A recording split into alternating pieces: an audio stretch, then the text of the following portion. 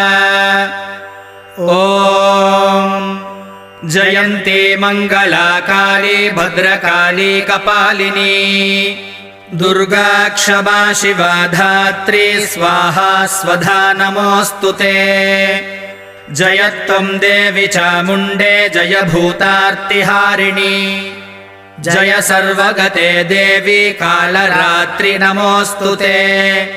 मधुकैटभविद्रावी विधातृवरदे नमः। रूपं देहि जयं देहि यशो देहि द्विषो जहि।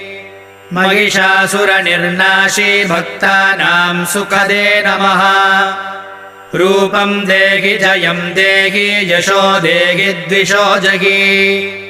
रक्तबीजवधे देवी चण्डमुण्डविनाशिनी रूपं देहि जयं देहि यशो देहि द्विषो